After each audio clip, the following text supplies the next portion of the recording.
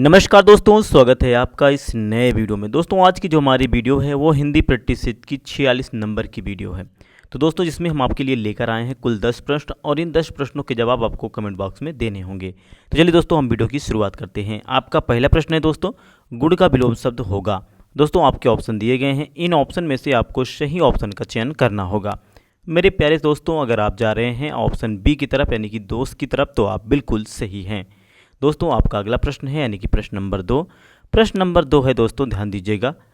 प्रश्न नंबर 2 है आपका, ढन्हास का विलोम होगा। आपके ऑप्शन दिए गए हैं दोस्तों, इन ऑप्शन में से आपको सही ऑप्शन का चयन करना है।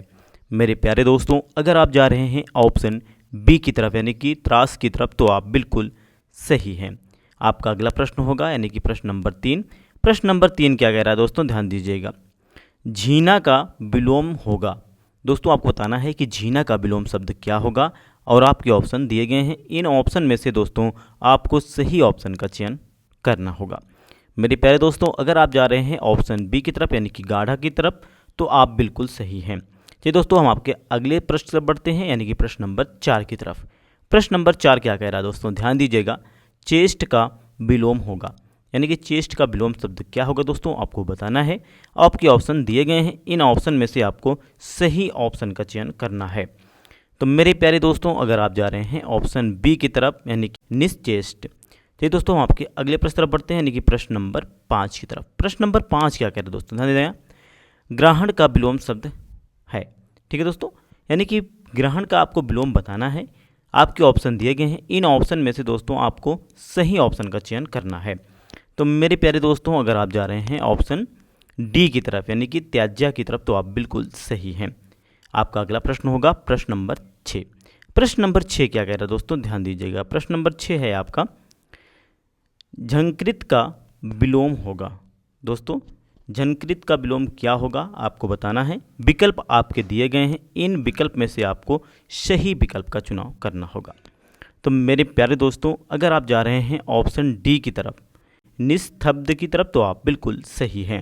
आपका अगला प्रश्न होगा दोस्तों प्रश्न नंबर 7। प्रश्न नंबर 7 क्या कह रहा है दोस्तों, ध्यान दीजिएगा। छदम का विलोम होगा यानी कि छदम का आपको विलोम शब्द बताना है और आपके ऑप्शन दिए गए हैं। इन ऑप्शन में से आपको सही ऑप्शन का चयन करना है। तो मेरे प्यारे दोस्तों, अगर आप जा रहे हैं ऑप्शन बी की तरफ यानी कि व्यक्ति की तरफ, तो आप बिल्कुल सही हैं।